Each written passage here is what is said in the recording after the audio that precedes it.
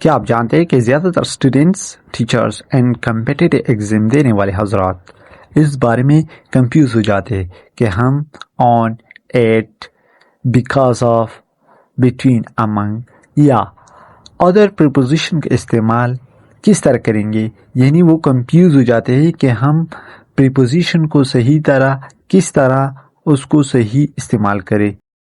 السلام علیکم and welcome to Ata English Zone. Today we are going to discuss about preposition. آج ہم پڑھیں گے preposition کے بارے میں کہ preposition کیا ہے، اس کا استعمال ہم کس طرح کریں گے.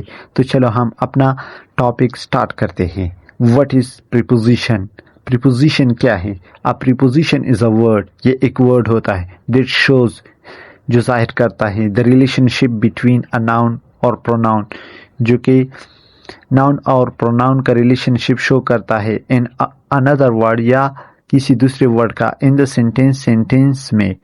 یعنی جملے میں ناؤن اور پروناؤن یا کسی دوسرے ورڈز کا ریلیشن شپ شو کرتا ہے کہ اس کا ریلیشن شپ کیا ہے دوسرے ورڈز کے ساتھ. یعنی ناؤن پروناؤن کا دوسرے ورڈز کے ساتھ ریلیشن شپ کیا ہے جملے میں.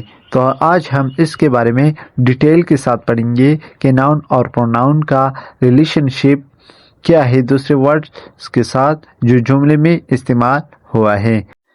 پریپوزیشن کے ایگزامپل کیا ہے؟ ایگزامپل کے تھرو آپ کو ہم سمجھائیں گے. The book is on the table. She is going to school. So in these two sentences, the book is on the table. She is going to school. Preposition. The book is on the table. On is the preposition. یہاں پہ preposition کیا ہے؟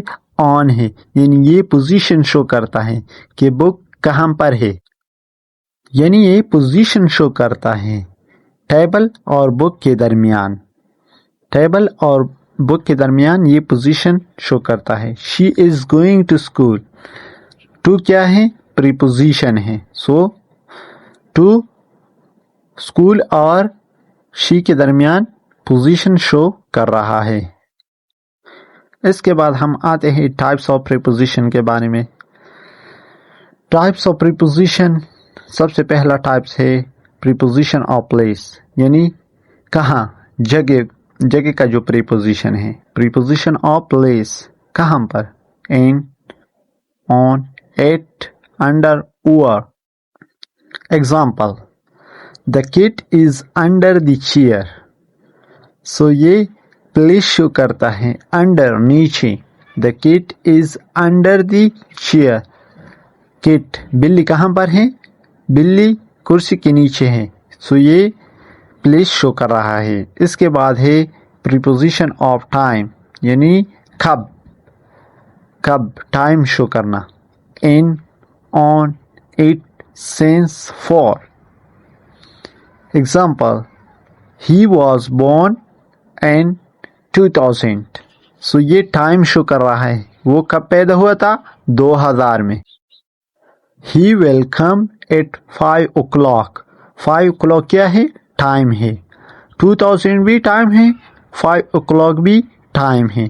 He will come at 5 o'clock. Preposition of direction یا movement, کدھر، کہاں پر؟ To, into، onto، towards، across. Example: The boy jumped into the river. into کیا ہے؟ یہ ڈائریکشن شو کر رہا ہے. یعنی لڑکے نے چھلانگ لگائی. کہاں پر؟ دریا کی طرف. The boy jumped into the river. یعنی لڑکے نے دریا میں چھلانگ لگایا. into the river. So into کیا کرتا ہے؟ ڈائریکشن شو کر رہا ہے. یعنی لڑکے نے دریا کی طرف چھلانگ لگایا. کنفیوزنگ پریپوزیشن، جو انسان کو کنفیوز کر رہا ہے. ایزی ٹرک سے ذریعے آپ اس کو سمجھ سکیں گے. ایٹ، آن، ان، یہ ہم ٹائم کے لیے استعمال کر رہے ہیں. ایٹ ایگزیکٹ ٹائم یعنی at 5 o'clock. On, days, date. On Monday, on 23rd October. in، months، year. yani and 2025 and 2024. So and Ramadan in January. So